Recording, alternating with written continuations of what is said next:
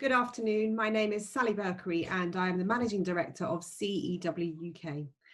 I'm delighted to welcome back Yasmin Kate Patterson this afternoon for the second episode in our series looking at well-being, stress, mental health and anxiety.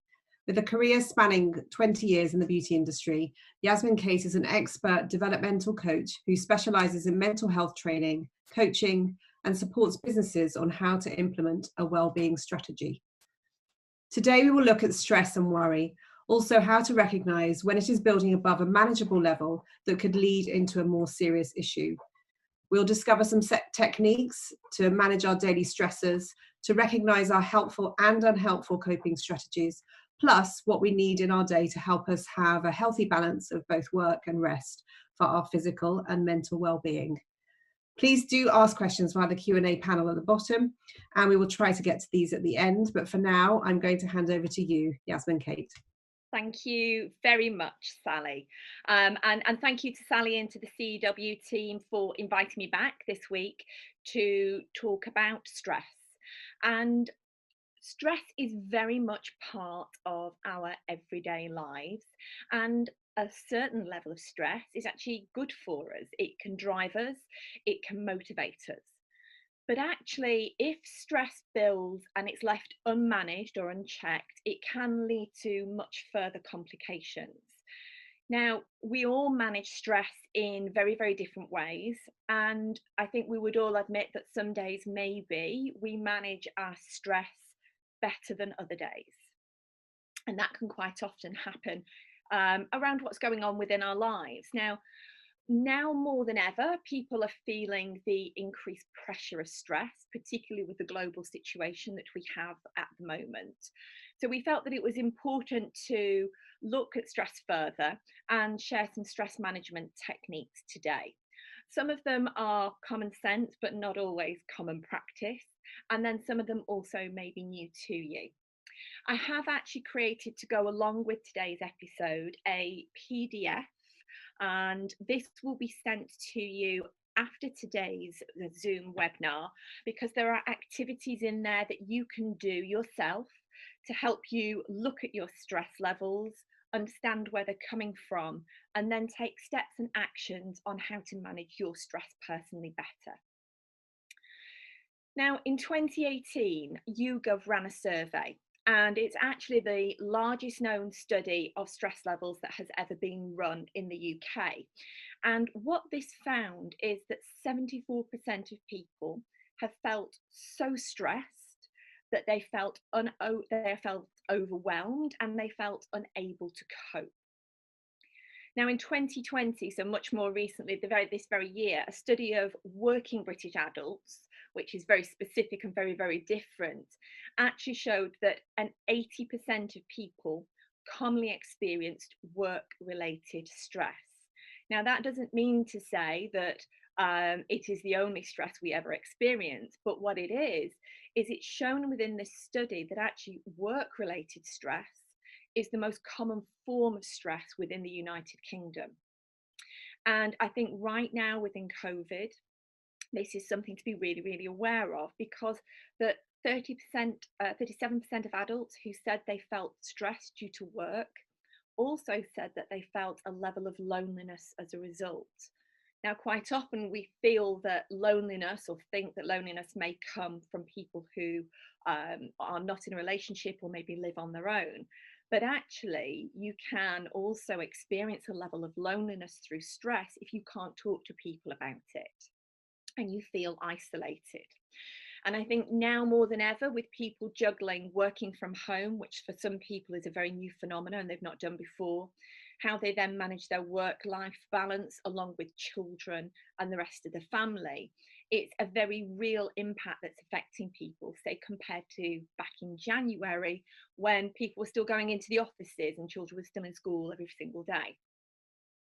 So we all know what it is to feel stressed, but it's not always easy to pin down exactly what stress means. And quite often when we talk about stress, we talk about it in two different ways. We may say, this is stressful, or we might say, I'm stressed. So if we use either of those two terms specifically, what are we actually talking about? Well, first of all, let's have a little look at this is stressful. So this is stressful. This is a situation or an event that puts pressure on us.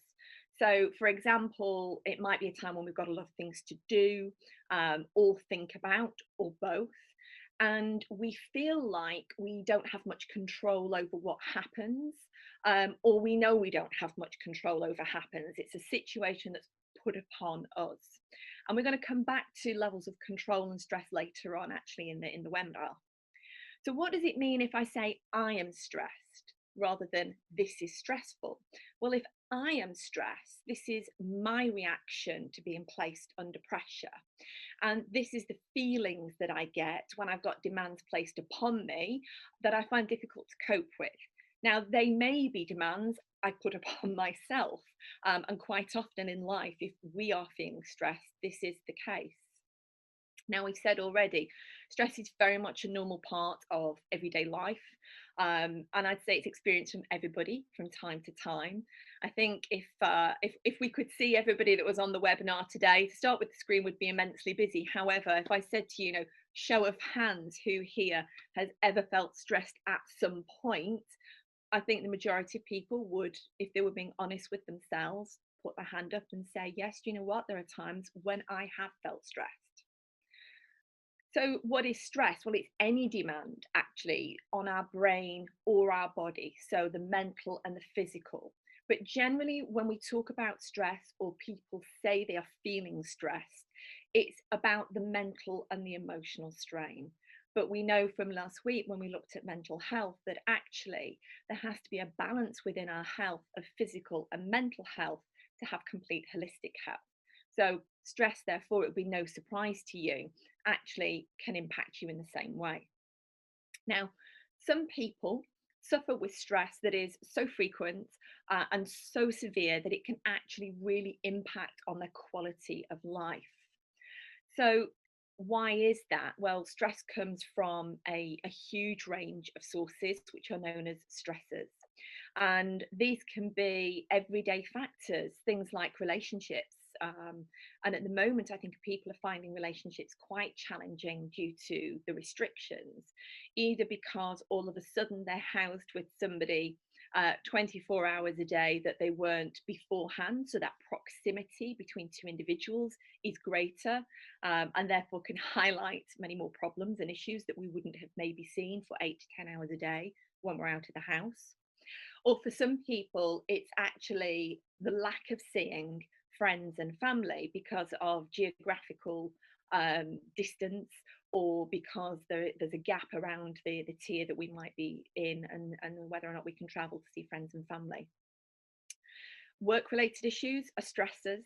For students, it could be study demands, or for those people that are mature students that are working and studying simultaneously, that can have an impact. Coping with illness. And this one is one that's a real hot topic at the moment within conversation around stress and well-being, because it can either be coping with our own illness if we are ill, or those who are close to us. But the big piece at the moment around stress and illness is people's fears around the pandemic. And quite rightly so, there are major concerns and stresses around, am I putting myself at risk by being outside, by being around other people? Life changes can cause us stress, positive and negative life changes. Marriages is probably the most stressful thing you'll ever do, is to organise a wedding. For those of you that have done it, you will remember that feeling. It could be retirement. What do you do with your day all of a sudden? A divorce is another hugely stressful time, and one that happens every single year that we don't always recognise how stressful it is, and that's Christmas. And that is rapidly coming around the corner. World events, very topical right now, and day-to-day activities can cause us stress as well. So these are where our stresses come from. And some people are really aware of what tends to trigger stress within them. And I think as you build your self-awareness and you get to know yourself better, you really do understand that. And by increasing your awareness, what you actually can do is you can strengthen your ability to handle your stresses more effectively. Now, some people are more capable of handling more stress than others, and we will very much identify stressors. And within the PDF, there are activities in here that will help you identify your stressors. And it's a good opportunity for you to take time and to think about where your stress may be coming from. That awareness then will help you manage your stresses better. We do all have a limit on how much stress we can manage or contain before it has an effect on us, either mentally, emotionally, or physically. And our level of how much stress we can manage is unique to all of us. No two people can manage the same amount of stress. And the amount of stress we manage can be very much based on a number of different factors. Now, if you do any mental health awareness training, one of the things that we look at, and I did it this morning in a session that I ran, is something called the stress container.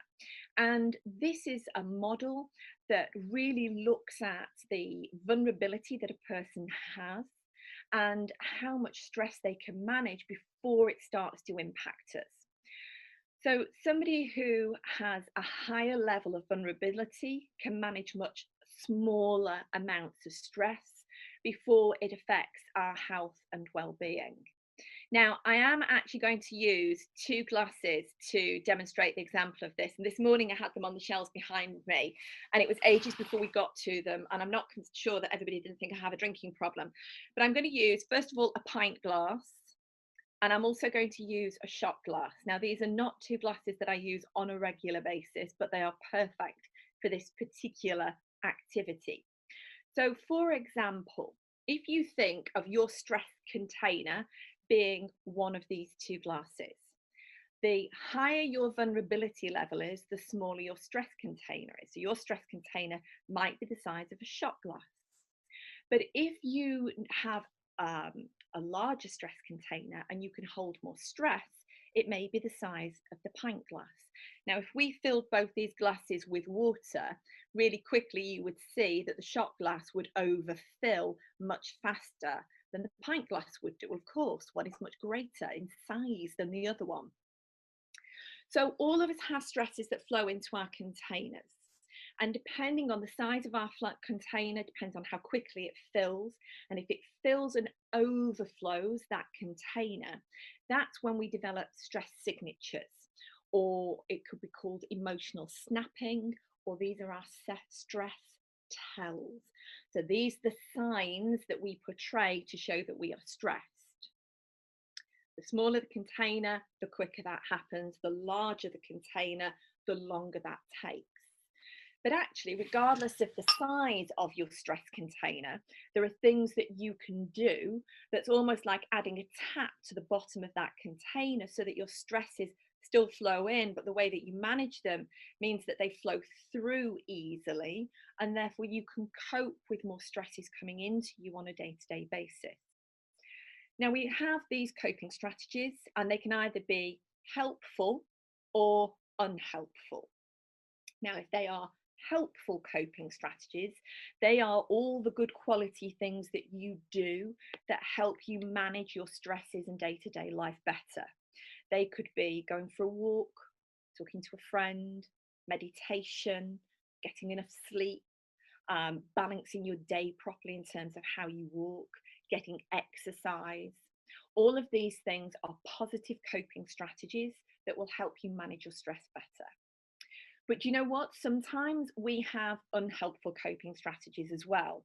Some people, when they feel stress building inside them, they may pick up a glass and to start drinking. And for a small period of time, that coping strategy, albeit unhelpful, helps to relieve some pressure. But actually, in terms of longevity, it's not a positive thing that will help you manage your stresses on a day-to-day basis. So I think we need to have a little look at what our positive and negative coping strategies are. And in the workbook that accompanies today's session, we invite you to do that within that. List what your stresses are, what's coming into your stress container, and then think about how you actually manage your stress levels. Now, we have said a small amount of stress can drive and motivate us, but actually, if we leave this stress to go unchecked, and we don't use our positive coping strategies, long-term stress can have many effects on us. And when I talked about the stress signatures or the emotional snapping or the tells, which is when our glass overflows with stress and we can no longer cope, there are lots of different ways you can see this. And it might be irritability or moodiness that starts to show. I know that is one of mine. And for those who've ever worked with me or know me, if I'm not managing my stress very well, I can become quite irritable or a little bit moody. It could be uninterrupted sleep. For some people, the quality of sleep isn't good. Feeling worried or levels of anxiety, and that's something for a lot of people that is a real concern. But it can also manifest itself physically. So it might be neck pain or shoulder or back pain, because sometimes as people are stressed, they hold themselves in positions that are very uncomfortable that put a physical strain on the body. It could be headaches, upset stomachs, it could be a change in appetite, rashes or skin breakouts. And then sometimes it's our behaviors. For some people, when they get stressed, they can overwork because they try and drown themselves in something to actually avoid what is causing them the stressful problem or the worry in their life. It could be excessive cleaning. So for everybody, it's different. And what it is for you isn't necessarily what it would be for me. Now, if these stressors and tells aren't looked after and aren't recognised and cared for, and we don't manage our stress container properly, as we said last week, stress can actually lead to some real physical medical problems, such as IBS, asthma, or migraine and tension headaches. And that's when we actually need to get some much more medical serious intervention. So learning to combat them early is important. So in the PDF, you are encouraged to identify what your stressors are. What is in your stress container? What are your coping strategies, positive and negative? Because we probably all have both. How's my balance? Am I 80% positive and 20% negative? If so, that's great. If it's the other way round, how do I improve on my helpful coping strategies and reduce my unhelpful coping strategies? And do you recognise your stress tells? This could be one that you do with a friend and ask them if they recognise your stress tells, because you don't always immediately see them yourself. Once you've done that, you can actually manage to learn your stress much better, because if you know what is causing it and your telltale signs, you can start to address your stress properly. And you can learn to manage your external stresses by looking at the external pressures that you are under. And if you're putting yourself in stressful situations on a regular basis, what can you do to take ownership of that and to stop that so you're not doing it to yourself? For some people, and particularly at the moment, social media, which is a double-edged sword. For some people, it has a really positive effect. It's meaning they're keeping in contact with friends and family. But for some people, that constant barrage into their news stream of fake news and drama and trauma and world events is too much for them, and it layers on too much additional stressor. If that's the case from you, think about taking a social media break or switch off your notifications, unfollow pages. Developing your emotional resilience is important. We've talked about that. That's the negative versus positive coping strategies, working on the positive and trying to use less of your negative. And get that balance of 80-20 where you can do. Now, often we get stressed, we get worried about things that are actually outside of our control. Not every single stressor that impacts us is within our control, because that's the reality of the world that we live in. And Stephen Covey, in his research and his book, he wrote a book called The 7 Habits of Highly Effective People. It's a great book if you haven't read it to have a little look at. He really articulates this point well, and he talks about distinguishing between our circle of concern, so that's things that we care about but we can't actually control, and our circle of influence. And the difference there being is that our circle of influence is something that we care about and we can actually impact on. So what I encourage you to do within the PDF, it's another one of the activities for you to do, is to look at your list of stressors and just go through them one by one and say, okay, number one, is this in my circle of concern? If it's my circle of concern, I can care about it, but I can't control it. Or is it in my circle of influence? Therefore, I care about it and I can impact it, or I can do something about it. So in the PDF, I get you to then separate your list into two. And what this will help you do then is to really look at within your stressors what you have something you can control over and something you can influence, or that you can't. Now, the best way to do this is to think about, in this circumstance with your list, and there may be many things on there. There may be family related, maybe work related, there may be financial, there may be friendship. I want you to think about what your primary role is. So is your primary role as a parent?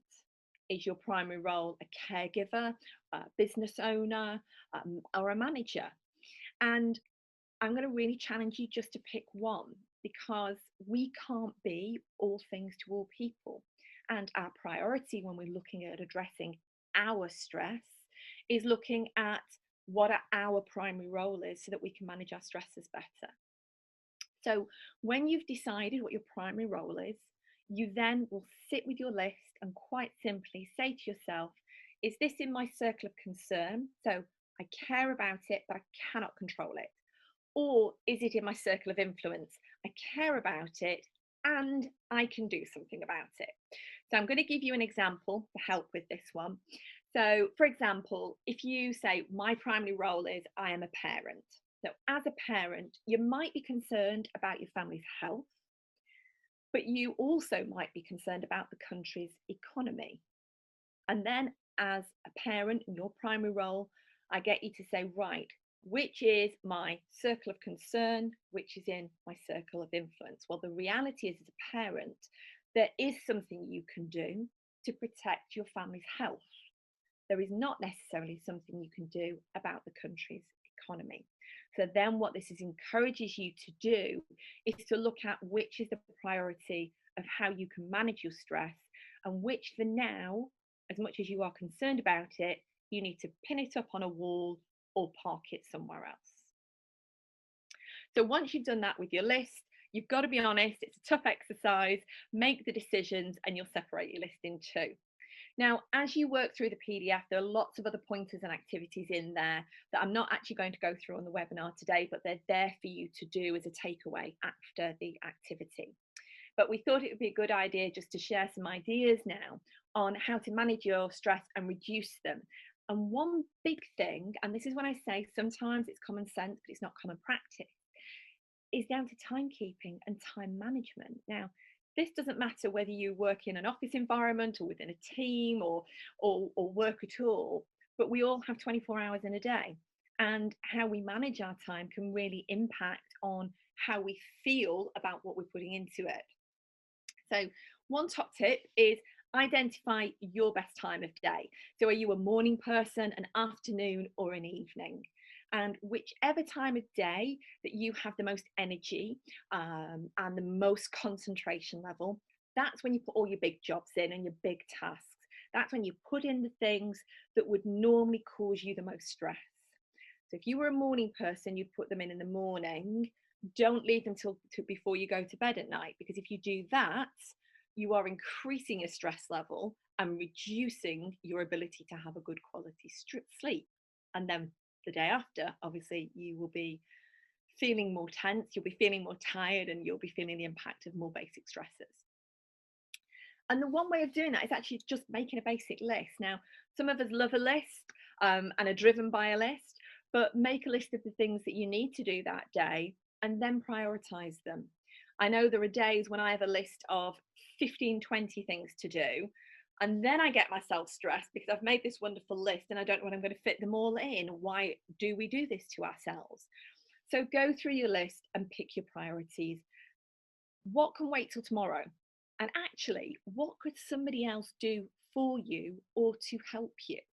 And we're not great in the UK at asking for help, and it's something we need to learn to do better. And this might be a really simple way of you starting to do that. Set yourself smaller, more achievable targets. And that also goes within time management and prioritization of tasks. Varying what you've got to do. If you've got sort of 4 big chunky things that you need to do within a day that could be quite stressful, break them up and put something enjoyable in between each one. Now, we all know the sandwich effect when it comes to feedback. Why don't we use it when we're actually managing to prioritize our time? You know, do something that's big and tough to do, then give yourself an easier time by putting in something that you will enjoy doing.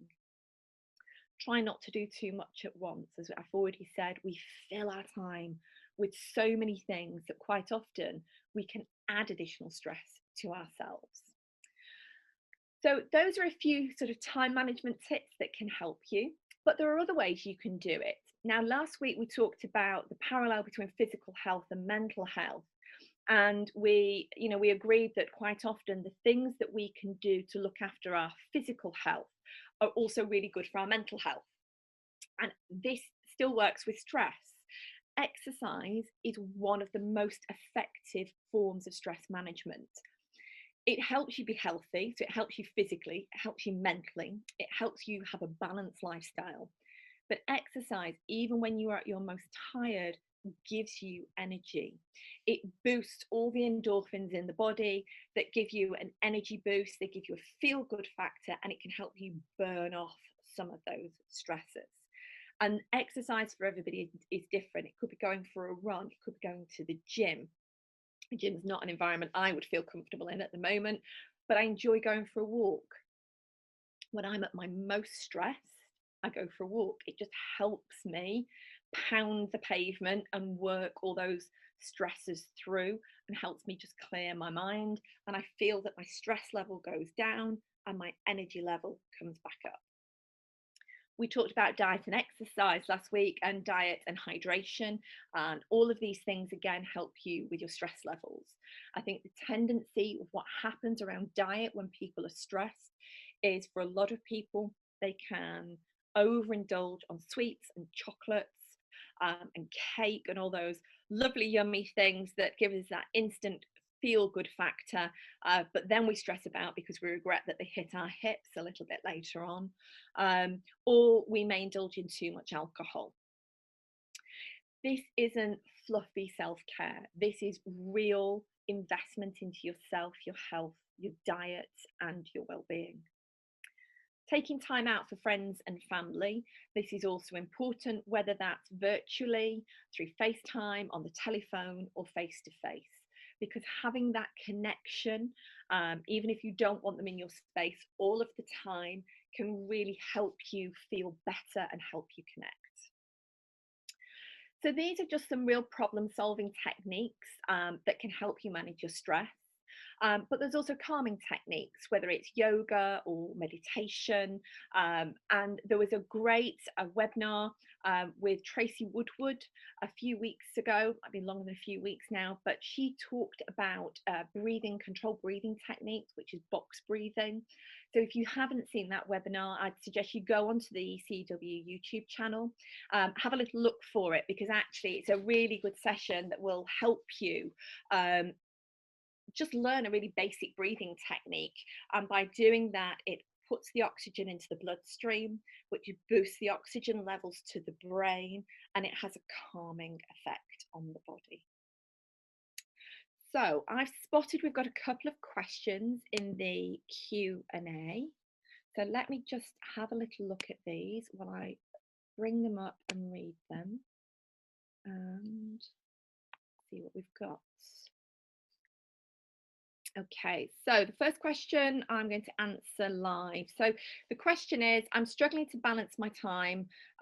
Some days I even struggle to get started into a large piece of work, and it causes me stress. Any suggestions that might help? Well, actually, yes, and that's one thing that when I'm doing coaching at the moment, or any mental health training, it's one thing that seems to come up quite a lot, actually, that particularly for those who are working from home, who aren't used to working from home, and they're used to having a much more structured day in an office.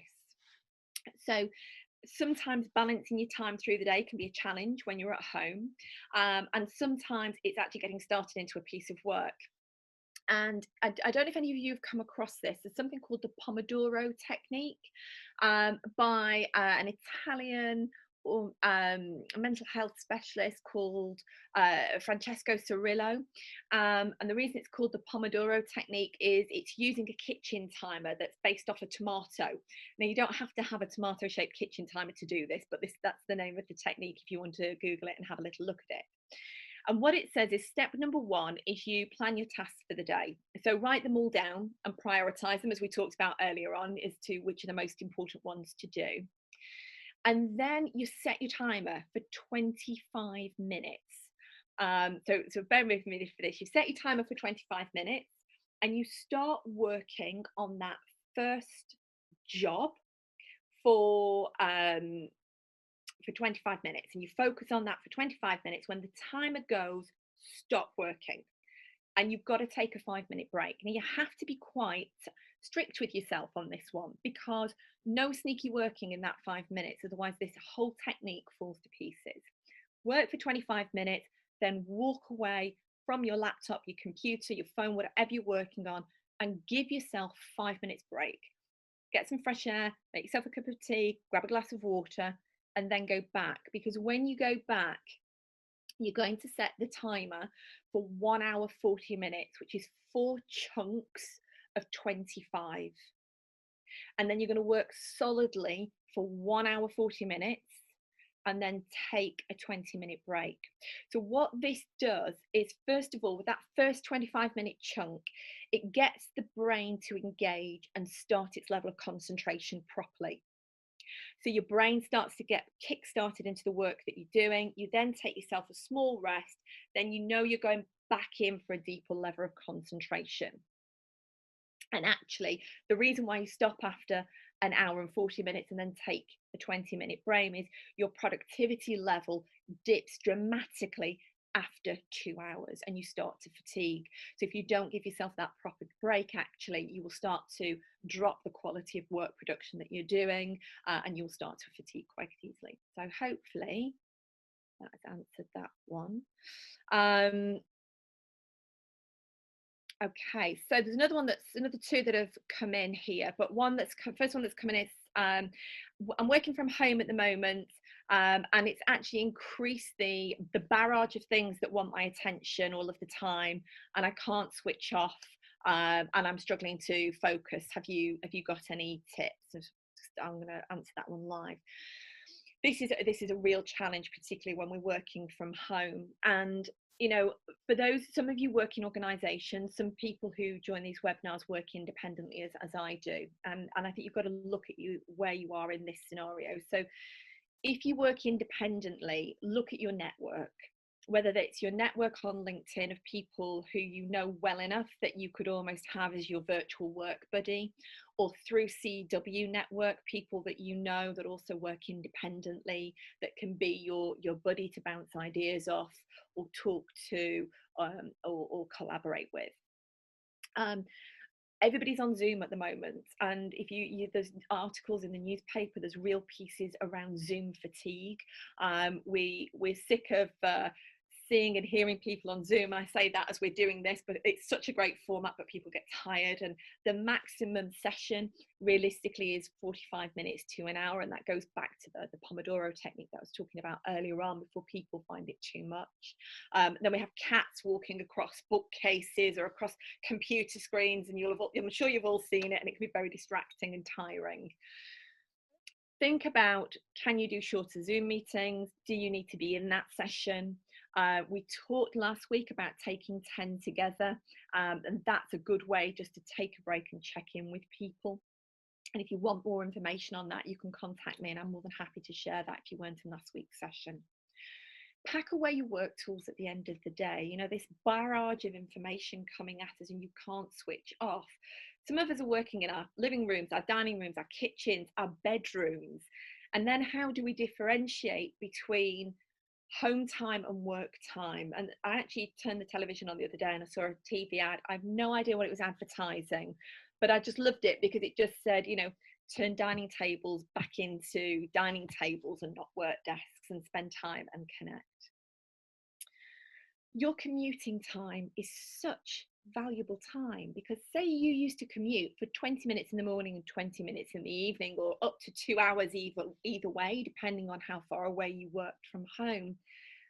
Don't just turn that into working time. The temptation is to do that, but what else could you do with that time? Could you do 20 minutes yoga or Pilates or deep breathing or meditation, or go for a walk? And particularly now it's dark outside. I mean, we're just after 4:30 and it's almost pitch black, it feels. You know, could you take that 20 minutes in the morning and get a bit of exercise and get away and switch off? Just because you're working from home, don't miss your breaks. Have your lunch, have your break, walk away from your tech. And then in the Harvard Business Review, there was a great article that actually talked about notifications and multitasking. And if you're in Outlook or any email format, look at turning off your notifications, because if you need to do a big piece of work, even if you're going to roll with the Pomodoro technique, if in the bottom corner of your screen down here somewhere, you've got emails popping up and distracting you constantly, it's really difficult to focus on what you're focusing on. And one thing that it said in the Harvard Business Review study is we are not designed to multitask. We might think we are, and for those ladies that are on the webinar today, we think we might be really good at it, but the reality is our brain doesn't function in that way. We can only do so much with our time and our energy. So I hope that has helped answer that question. And I've just got one more come in, and this is going to be the last question before I pass back to Sally. Social media is indeed a growing villain. It is, in terms of mental health and stress. I completely agree with you. We are in an increasingly digital world. It's very challenging to avoid this, especially when you're working from home, to be able to engage with social media more than ever. Any further tips on disengaging with the social media addiction? It's a really good question. And I know who that's come from. Ross, thank you very much for that particular question. It is tough. You know, I have recently taken a break from all social media except for LinkedIn, because it's a work format for me. And you can just take a break from social media. You can physically turn it off.